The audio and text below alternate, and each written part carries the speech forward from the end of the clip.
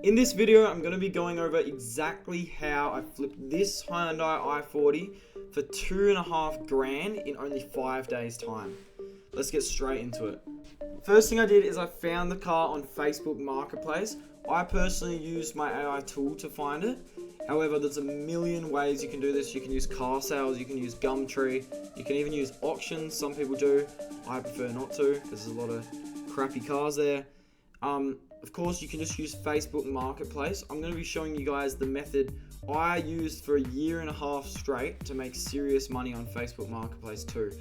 For this particular i40, of course, like I said, I found it on the app, but you could find it this exact same way. So what you do is you go on Facebook and you go into the vehicles category and you select date listed newest first. So it's going to order them in order from the newest post to the oldest post. What this is going to do for you is it's going to show you all the listings in your area that are just being posted now. The reason why this is good is because there's so many cars where people just look at their car, they take a photo of it and they go, I think it's worth 3K, and they post it up without a second thought.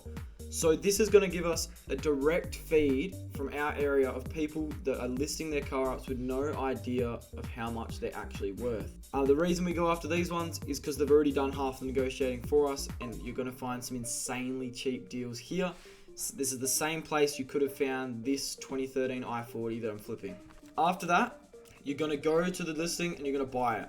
So what I did is I actually got her on the phone after I saw the ad and I asked her a few questions because her description mentioned that the car was running poorly. So I asked her, okay, right, can you tell me what it's doing? She explained that when she goes up hills, it's struggling with power, a few things like this. And she said occasionally when you turn it on, it'll be making a funny sound. I straight away realized, right, she has no idea what she's talking about. I'm gonna have to go there, inspect it, and I should be able to get a bit of a bargain. Okay, I arrived on site. The 80-20 of sales is simply just liking principle. If that person likes you, they're going to do favors for you. Who do you do favors for? Your friends and family, right? So our goal should be to make friends with the seller. Now, how do we do this? It's simply a case of listening and caring about what they have to say more than trying to explain yourself. So you just want to be listening, asking questions and showing genuine curiosity in them. I normally do this for 5-10 minutes before I actually look at the car. Ask them questions. Oh, have you lived in this area for a while? Such a nice house. Are all your neighbors friendly to things like this? And then you get into it. Yeah, my mum always likes Hyundais as well. They're really good, aren't they? This. You just come up with things to talk about other than the car itself. Okay, after that, you want to follow a detailed inspection routine. I follow the one my brother made because he's a mechanic. That video is inside the Auto Select Academy, as you guys probably already know. But what you want to do is you want to follow a very strict inspection routine so you never get caught buying a lemon, because let me tell you right now, it's the worst thing ever. When you put a couple grand on a car, you get home, it starts stalling, doing funny things that the seller didn't tell you about.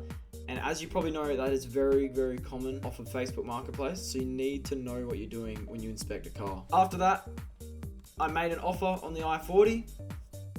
I said, right, look, I can give you $2,400 because my mechanic thinks this is wrong with it. And of course, I'm going to have to fix that. I'm going to need to polish it. Obviously, very, very dirty. I packaged all the things that are wrong with it. Then I said my offer and she gladly accepted. There was no back and forth. It actually tells me I should have gone even cheaper on my offer.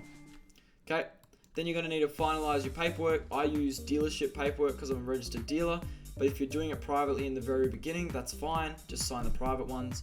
But I highly recommend looking into your local laws and making sure that you're not breaking any rules. After that, we're into the selling section. You've got to improve the car and then you got to sell it, of course.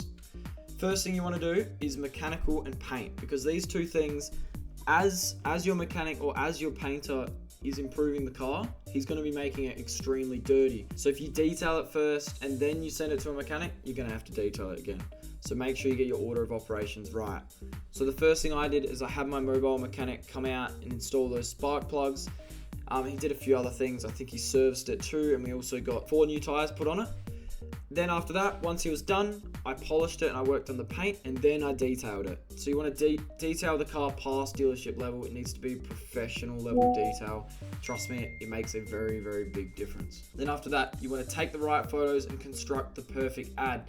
This actually leads onto this section over here, because if you construct the right ad, you're going to get the right buyers. If you construct the wrong ad, you're going to get the wrong buyers, and they're going to waste so much of your time. You're not going to want to do this again, okay? A few things I do. I take perfect photos. I'm honest if there's anything wrong with the car. And I also make sure my pricing is on point. I take dealership level pricing. I go a little bit below it. I also cross-reference with carsales.com. They have a rego checker. You put your registration in there, your Ks, and it'll give you a price for your area. Very important, your area. I cross-reference those and I come up with a price. I went for $4,950 on this one. I was originally thinking $5,000, but I always try to be more specific with my price. So it indicates to the buyers that, look, I've really thought about the price. I'm not just guessing. I know how much it's worth. So that indicates to them, look, it's not going to be very negotiable, which is exactly what you want, because you don't want to be getting these offers at like $3,000. And as you guys saw in the video, I got that many messages on this car. I could not believe it. It was perfect. So many of them were strong leads. And the reason is the ad was constructed correctly. I ended up getting $5,000, even though I put it up for $4,950. I sold it to the perfect guy. The first guy that looked at it was ready with the cash. He took it for a nice long drive. All his mates were there. They checked it out. They were stoked. Sold it to him. He was happy. I was happy. And then I moved on looking for more flips. So the system I use, I came up with it after 3 years of buying and selling cars. After I quit my new car sales job, working at a corporate dealership definitely influenced the system I use today a lot. I still use all the sales skills. I still use all the trade-in buying skills. It's all still there. Basically accumulated all this knowledge and I put my heart and soul into this system. It just allows you to buy and sell cars extremely profitably. If you want to get in on actually using it, you can work with me one-to-one, as you guys probably already know. Thinking about maybe dropping a group coaching thing for a cheaper price later on. But that's not confirmed at all, and I'm trying to focus on actually buying and selling cars right now. But yeah, thank you guys for watching, and I hope you guys can use this system to flip some of your own cars very, very soon. Cheers.